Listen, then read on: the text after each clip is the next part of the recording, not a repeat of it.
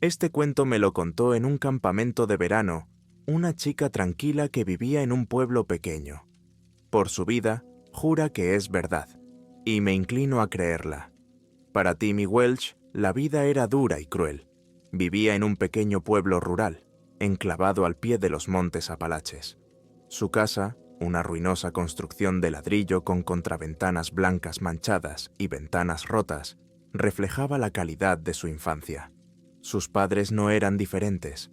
Maltratadores y constantemente enfadados, los padres galeses llevaban una vida de constantes decepciones.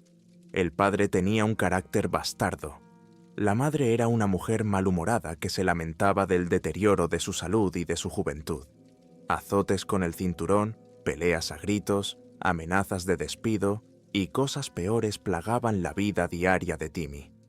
Sin embargo, el chico siempre mantenía una astuta determinación.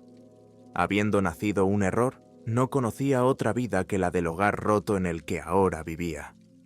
Trabajaba constantemente bajo las deficiencias de sus padres, aprendiendo a arreglar las cosas de la casa, hacer recados, cortar leña y asegurarse de que no se hundieran del todo.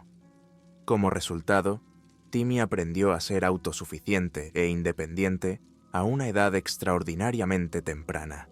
Vivía en las afueras de un pueblo poblado por no más de 300 personas. Prácticamente tierra de nadie para este chico brillante. Sin embargo, nunca se quejó. Más bien, se enorgullecía de su trabajo. Pasaba por alto las ronchas que recibía e imaginaba. Bajo toda la brutalidad de sus padres, existía alguna forma sucia de amor. A medida que los meses se convertían en invierno, los recursos escaseaban y también la paciencia de los padres galeses. Para Timmy, de 11 años, esto significaba trabajos particularmente agotadores. Hacía las tareas desde el amanecer hasta el anochecer, a menudo a temperaturas gélidas y con ropa raída. Aún así, encontraba la manera de alegrarse el día. Nacido de sus experiencias cortando leña y realizando tareas comunes de carpintería en la casa, Timmy descubrió el amor por la carpintería, por crear cosas bellas.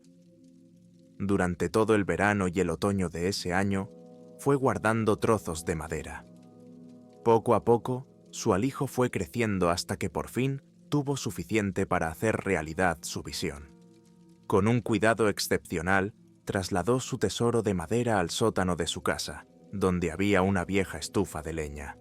Sus padres nunca se aventuraron a bajar allí por pereza o simplemente por estar demasiado borrachos, colocados o enfadados entre ellos. Timmy estaba a salvo. Escondía su alijo de leña detrás de una lavadora secadora oxidada, donde se tomaba pequeños ratos para trabajar en su proyecto. Con un objetivo en mente, los días de invierno de Timmy se hicieron ligeramente más llevaderos.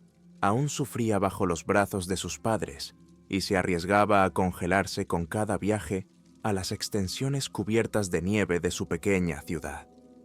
Pero su proyecto seguía siendo una chispa de alegría en un mundo por lo demás sombrío. Cuando las calendas de noviembre dieron paso a la agonía de diciembre, el proyecto de Timmy se hizo realidad, una impresionante mecedora. Le puso todo su amor, la lijó a la perfección, midió todo con precisión, taladró las aberturas para las juntas y la equilibró meticulosamente. Era su orgullo y su alegría.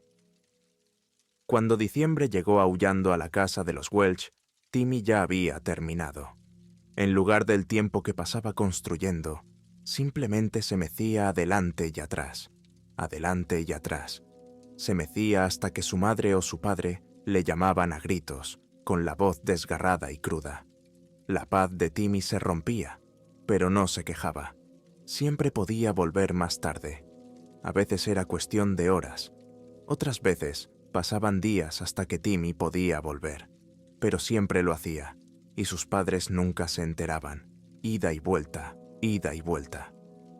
Diciembre pasó lentamente para los Welch, arrastrándose en un apagado vacío blanco.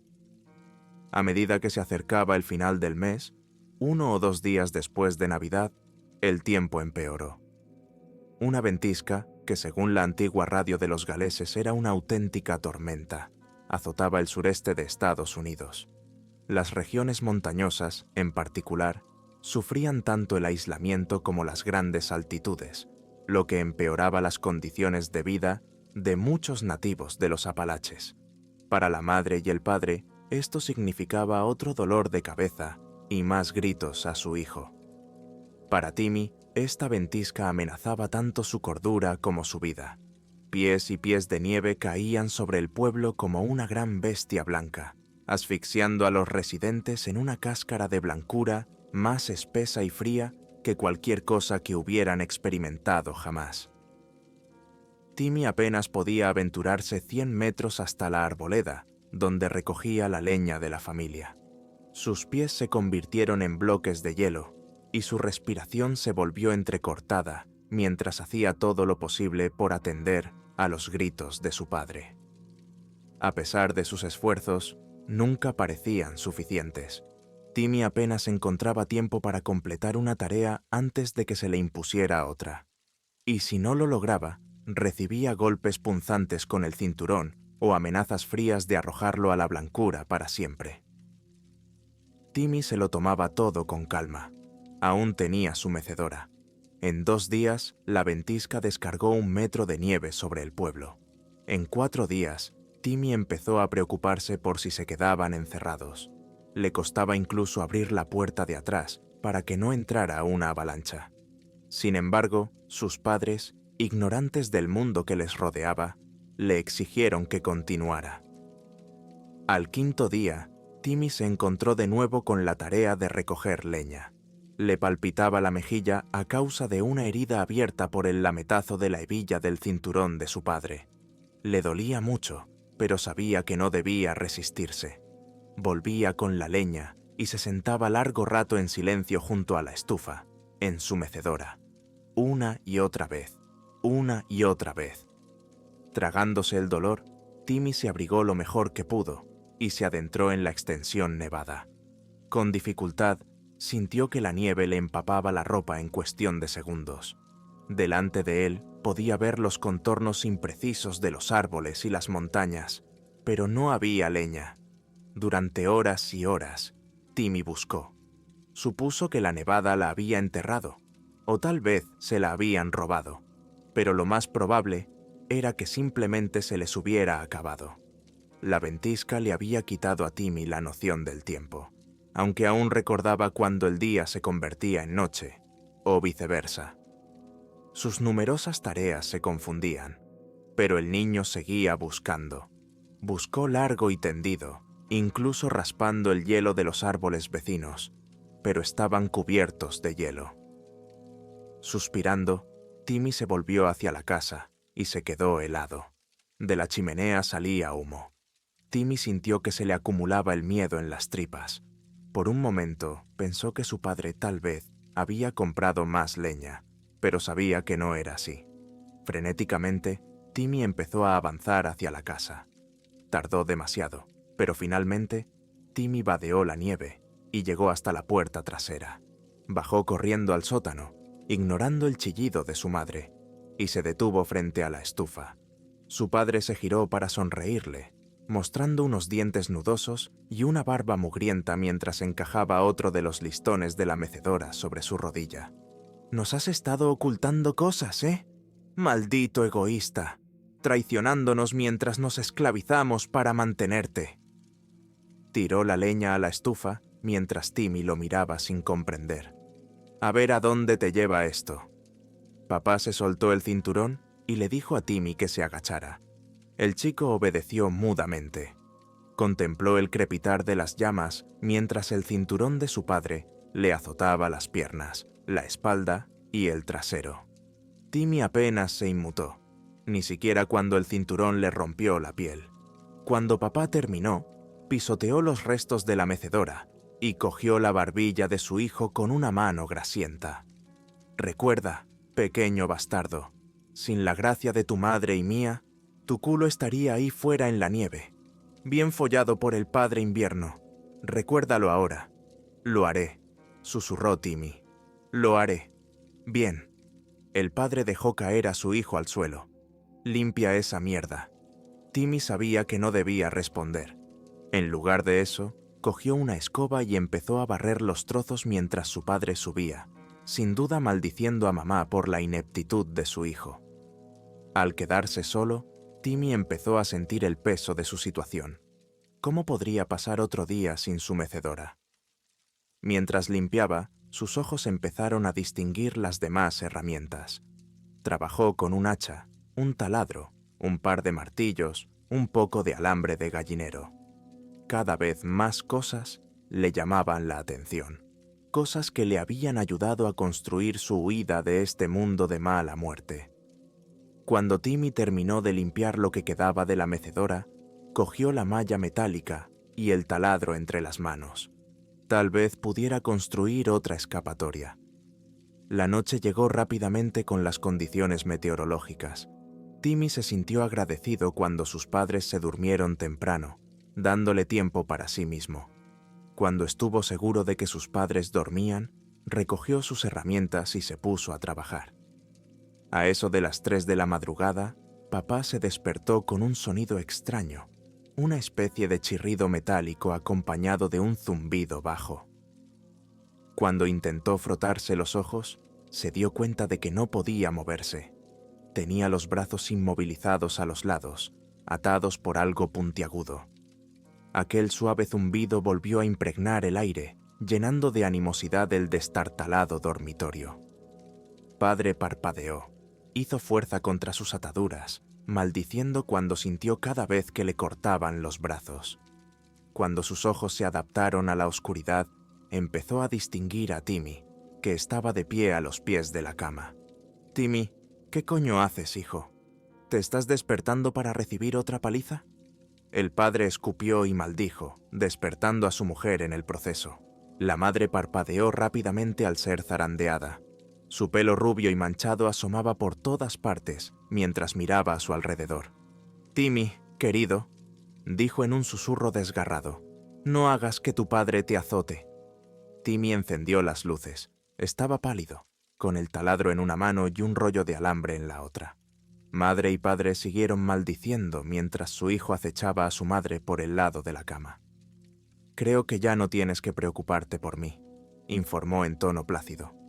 La madre le devolvió la mirada, mostrando unos dientes marrones y negros. «Oh, cariño», dibujó con voz enfermizamente dulce. «Siempre me preocuparé por ti, te mantenemos, te queremos».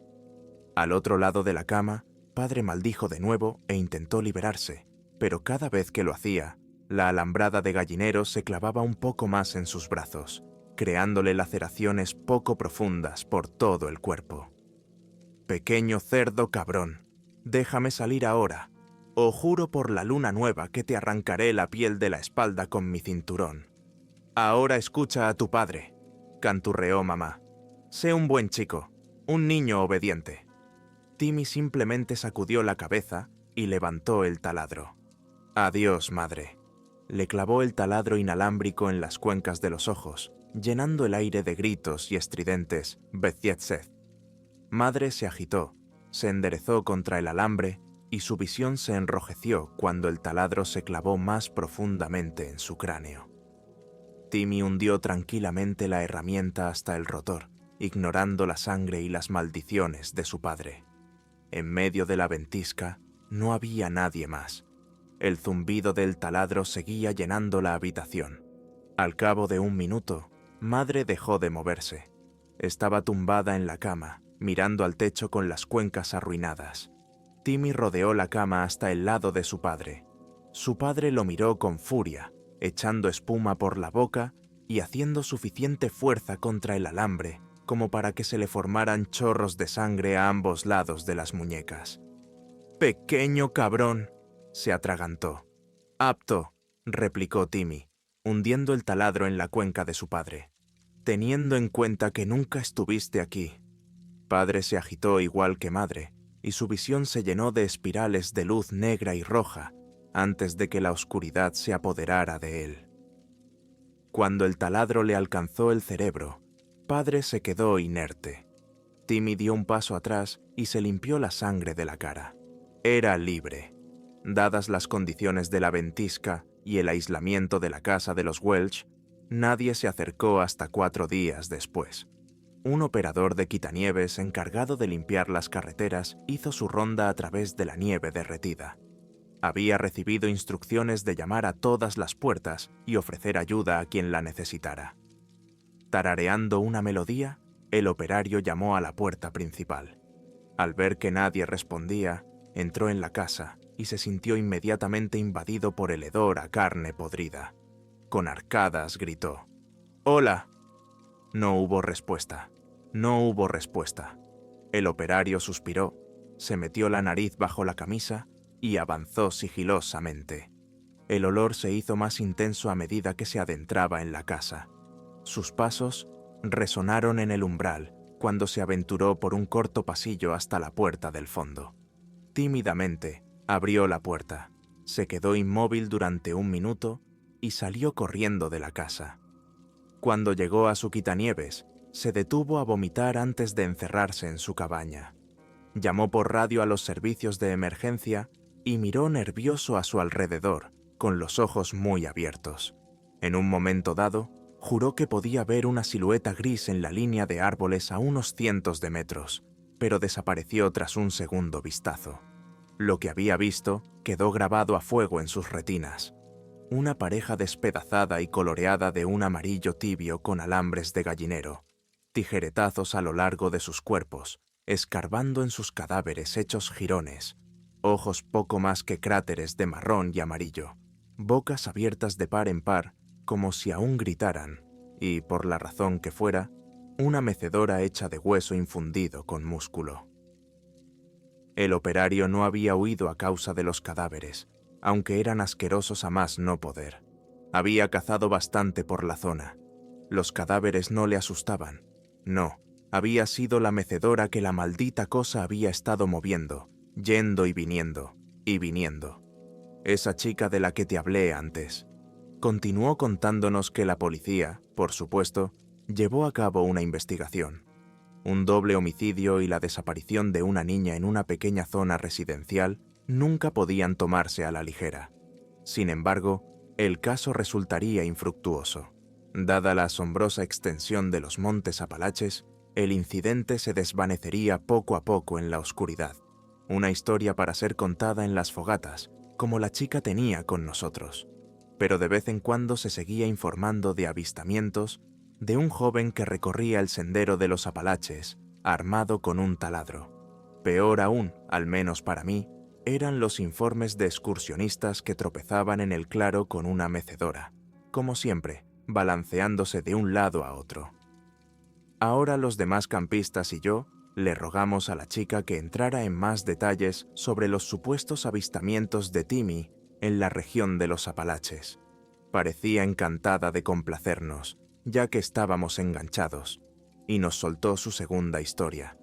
Esta apareció unos años después del avistamiento inicial, a un par de horas al norte de nuestro campamento. Según la chica, Timmy utilizaba el sendero de los Apalaches para desplazarse y mantenerse alejado de las autoridades. Solo unos pocos desafortunados que atravesaban el famoso sendero se encontraban con él o con una de sus mecedoras. Kurt volvió a mirar el mapa. En las estribaciones anegadas de las montañas Blue Ridge, navegar era casi imposible. El gran montañés solo reservaba una contingencia para condiciones tan drásticas: mantenerse en el sendero hasta toparse con el primer claro útil. Sus 2 amigos estaban cerca, ambos en buena forma y con experiencia. Kurt consultó su reloj. Las 2:37 de la tarde. Después de mirar el mapa una vez más y luego hacia arriba, a la COVID de nubes negras y grises a través de los pinos en lo alto, Kurt se detuvo con resolución, hasta que amainara la lluvia. Esperó a sus compañeros y les contó el plan. Vamos a acampar. Sería preferible el próximo refugio despejado, pero no puedo estar seguro de dónde está en este maldito mapa. Si la lluvia amaina antes de las 4, bueno, seguiremos unas horas más, pero quiero acabar bien antes de que anochezca. Sus compañeros asintieron. Kurt no dijo la otra razón por la que quería refugiarse. Hasta el momento, solo había habido escasos rumores sobre la desaparición de un par de mujeres, un par de millas al norte de ellos, 2 meses antes. El consenso general era que debían de haberse caído por un acantilado, o que simplemente habían salido de la zona haciendo autostop. Averiguar desapariciones en un sendero de 2.500 millas era como elegir un copo de nieve en una ventisca. Era condenadamente imposible. Kurt optó por permanecer en silencio. Se pusieron en marcha una vez más y se sintieron aliviados al encontrar refugio. Al cabo de otra media hora, todos se despojaron de sus mochilas bajo la llovizna plateada, montaron sus tiendas y se cambiaron de ropa seca. La lluvia seguía cayendo, algo de lo que todos se sentían secretamente aliviados. La perspectiva de seguir caminando en esta penumbra era poco atractiva. Kurt se relajó en su tienda para 2 personas, disfrutando del espacio extra que le ofrecía su corpulento físico. Él y sus compañeros comieron raciones frías esa noche, sin querer intentar encender un fuego. Así que Kurt pasó un par de horas leyendo un viejo libro de bolsillo, masticando cecina y bebiendo de su cantimplora. Más allá de las paredes de nylon de su tienda, la lluvia seguía cayendo, formando un manto de acuosa monotonía. Kurt profundizaba en el contenido de su libro, una sensación que le encantaba cuando leía. A veces las horas se le escapaban, pasaban sin que se diera cuenta, y su mente resurgía en los momentos más extraños. Aquella noche era alrededor de las 7. Al principio Kurt no estaba seguro de lo que le había alertado, pero de todos modos sus ojos se despegaron de las páginas. Miró a ambos lados, contemplando las paredes verdes translúcidas de su tienda. El agua corría por las rejillas, enfriando al hombre. Se sintió agradecido por su tienda. Más allá de los refugios de los campistas, no había más que árboles oscuros y empapados, hojas marrones y un poco de claro. Todo era espacio vacío y frío, donde no vagaba nada cuerdo. Kurt se estremeció mientras se esforzaba por volver a su libro, pero había algo en el aislante paisaje sonoro que no le gustaba. Se incorporó e inclinó la cabeza hacia el otro lado mientras giraba las orejas hacia el noreste. Por fin captó la perturbación, un leve zumbido de naturaleza mecánica. Era totalmente extraño oírlo tan lejos de la civilización. Tal vez estuvieran construyendo algo en la montaña, pero Kurt dudaba que fuera así. Apretando los dientes, el hombretón se metió en el saco de dormir y trató de concentrarse. Finalmente, el libro volvió a atraer su atención durante otra media hora, antes de que el zumbido volviera a sonar, esta vez más cerca. Kurt pegó la oreja a la tienda, tratando de localizar la fuente. Le costaría mucho aventurarse en la fría y húmeda oscuridad a estas horas de la noche. Eran casi las 8, y el sol había desaparecido, sumergiendo el mundo en un oscuro plateado. Finalmente, el zumbido desapareció, y Kurt volvió a la lectura. A las 8:42 en punto, el zumbido volvió a sonar, y esta vez se oía claramente. Kurt se estremeció al pensar que alguien pasara tanto tiempo en el bosque, empapado y al borde de la neumonía. Se sentía extraño, y lentamente Kerr abrió la cremallera de la capa interior de su tienda y llamó a sus amigos. «¿Me oís, chicos?», dijo en un ronco susurro. Solo uno de los otros hombres, un hombre de pelo largo llamado Mark, respondió. «No, no oigo nada más que la lluvia». La respuesta de John será la misma. Se desmayó antes de las 8. Kurt lo meditó un momento. Bien, entonces, solo pensé en preguntar. Si oyes algo, házmelo saber. Mark asintió y se retiró a su tienda. Kurt se quedó un momento más al borde de la tienda. Había estado concentrado en la tienda de John, tentado de ir a despertar al otro hombre, pero poco tenía de bueno un John poco descansado. En cambio, Kirk dirigió su mirada más allá de sus tiendas, hacia el borde del claro, donde las ramas colgaban pesadas y cercanas al suelo, formando un oscuro mundo de plata. Por un breve instante, Kurt casi podría jurar que vio la silueta de un niño, demacrado y harapiento. Pero un segundo vistazo no reveló nada, solo el vacío del tronco podrido y las hojas viscosas. Suspirando, Kurt volvió a cerrar la cremallera de la tienda y apagó la lámpara, dispuesto a dormir. El zumbido atravesó el sueño como una motosierra. Estaba cerca. Se dio cuenta Kurt incluso cuando se sacudió los restos del sueño. Impregnaba el aire, luchando contra el suave golpeteo de la lluvia por el dominio. Kurt se estremeció. Podía sentirlo a solo un par de metros, como si alguien estuviera taladrando agujeros en los árboles. De mala gana, se arrastró hacia las solapas de su tienda y abrió la solapa interior. En la brumosa penumbra y a la luz de la luna recortada por las hojas, pudo distinguir las otras tiendas. El zumbido había cesado. Solo se oía su respiración. Kurt se lamió los labios, tratando de pensar si debía gritar o no. Después de sopesar las posibilidades en su mente, optó por ver si Mark estaba despierto. Mark. Las palabras rodaron por el claro, ominosamente claras. No hubo respuesta. Kurt enderezó la espalda, apretó la cara contra la tela de la tienda y dijo con un poco más de fuerza: Mark. Solo respondió el silencio. Suspirando, Kurt se calzó las botas de mala gana. Durmientes pesados. Eso era todo. Sin embargo, el pequeño consuelo no le impidió deslizar su navaja plegable en un bolsillo. Una vez se hubo puesto el impermeable y cogido la linterna, Kurt bajó la cremallera de la tienda hasta el final y se deslizó fuera. Un escalofrío le recorrió la espalda mientras se arrastraba hacia el exterior. Sin la fina protección de la tienda, Kurt se sintió expuesto al aire, a su entorno y a la mirada de algo. Por mucho que lo intentara, sabía que algo le estaba observando, pero necesitaba asegurarse de que sus compañeros estaban bien. Mark, siseó de nuevo. John, maldita sea, que uno de vosotros me responda. Un leve zumbido sonó detrás de él. Kurt giró la cabeza, concentrándose en el claro a su derecha, pero no había nada. Por supuesto.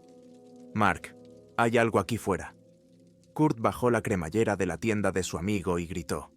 Mark yacía boca arriba, con la boca abierta por la agonía y los ojos retorcidos en cráteres nudosos de sangre y vísceras.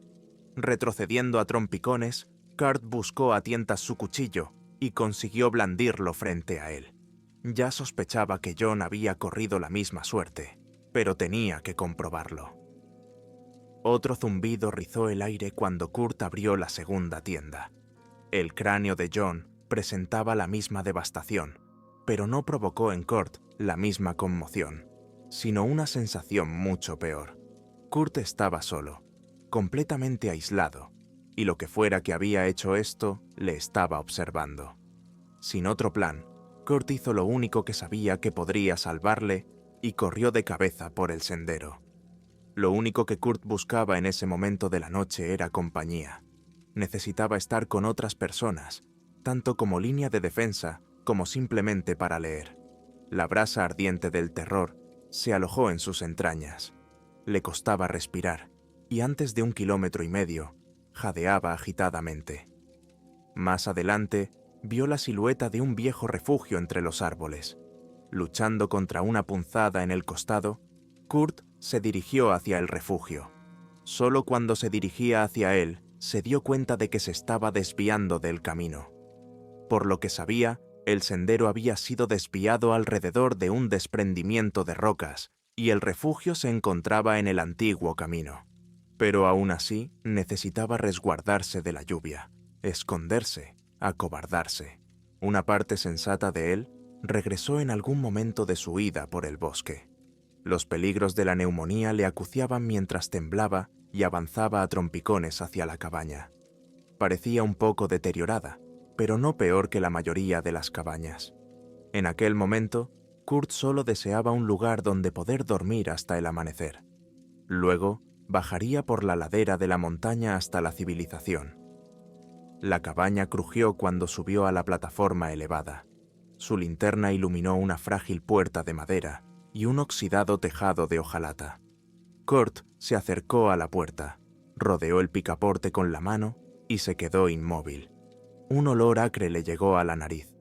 Con una determinación nacida de la desesperación y la locura, Kurt abrió lentamente la puerta. El olor casi le dominó. Carne podrida. Mucha. Temeroso, el fornido montañés apuntó su luz a través de la puerta y encontró una enorme pila de cadáveres de animales apilados contra la pared del fondo. Ardillas, conejos, pájaros de todo tipo, peces e incluso gatos pequeños estaban esparcidos en un miasma de piel y huesos podridos. Kurt los observó más de cerca. Habían sido descuidadamente asesinados, con las extremidades destrozadas, y todos presentaban toscos desgarros donde los dientes humanos intentaban, sin conseguirlo, imitar a sus antepasados depredadores al devorar a sus presas. Kurt enterró la nariz para protegerse del hedor, pero este se le pegó, palpable y espeso. Cuando se adentró un poco más en la cabaña, observó algo más en el rincón más alejado.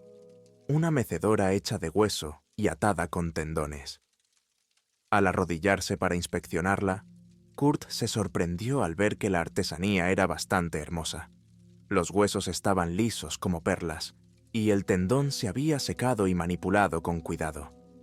Kurt sintió que parte de su agotamiento volvía a su mente. Dormir. Necesitaba dormir. Y con un último suspiro, el montañés se dejó caer en la mecedora y comprobó que soportaba su peso con facilidad. Kurt miró fijamente al techo mientras empezaba a mecerse hacia adelante y hacia atrás, hacia adelante y hacia atrás. Y llegó el sueño. Kurt se despertó sobresaltado. Cada músculo se flexionó cuando aquel sonido le taladró el cráneo. El asesino silencioso había vuelto. Procedía del otro lado de la puerta. De repente, Kurt recordó a sus amigos y el peligro real que corría. Levantándose lentamente, Kurt cogió su linterna como si fuera un garrote y su cuchillo en la otra mano. Otro zumbido de advertencia sonó desde el otro lado de la puerta. Kurt ya tenía un plan. Corre montaña abajo. No mirar atrás. Y lo más importante, no te detengas. El zumbido se hizo más fuerte. Con un grito salvaje, Kurt salió de la cabaña y corrió hacia la luz de la mañana. Nadie podía verle. Sin embargo, podía oír el zumbido de un taladro. Estaba a su alrededor. Un gruñido de advertencia. Tragándose el miedo, Kurt giró en la vaga dirección del pueblo local y echó a correr. Mientras corría, los zumbidos le seguían, royéndole la mente. No se detuvo hasta que irrumpió en la comisaría local, con los ojos desorbitados y riendo a carcajadas. Solo una vez la policía pudo someterlo, calmarlo y conseguir que hablara. Y entonces el zumbido se apagó por fin. Kurt se acurrucó bajo una manta y habló con un agente, contándole todo lo que había encontrado aquella noche. Intentaron que les guiara hasta el campamento de su amigo, pero no cedió. Varios agentes de policía y un guarda forestal local emprendieron la marcha aquella tarde, deteniéndose primero en la cabaña en ruinas, tal y como había prometido Kurt. Parecía haber una grotesca plétora de restos, reminiscencia de un ser humano salvaje, en cuclillas en la morada. Sin embargo, no encontraron la mecedora de la que habló Kurt. La hoguera resultó ser más convincente a la hora de respaldar las afirmaciones de Kurt sobre la posibilidad de que el asesino fuera el niño desaparecido hace unos años. Tanto John como Mark residían en sus tiendas, los ojos en ruinas pulposas. Pero los agentes hicieron otro descubrimiento, uno lo bastante inquietante como para que se les cayera la baba a todos y cada uno de ellos. Al igual que los animales de la cabaña, los cuerpos de John y Mark habían sido desgarrados y sus huesos extraídos burdamente. En el centro del claro residía una mecedora nueva, lacada con sangre y bilis, ensartada con tendones y coronada con las espinas dorsales de la víctima. Y justo cuando los agentes la descubrieron, la mecedora terminó de balancearse hacia adelante y hacia atrás.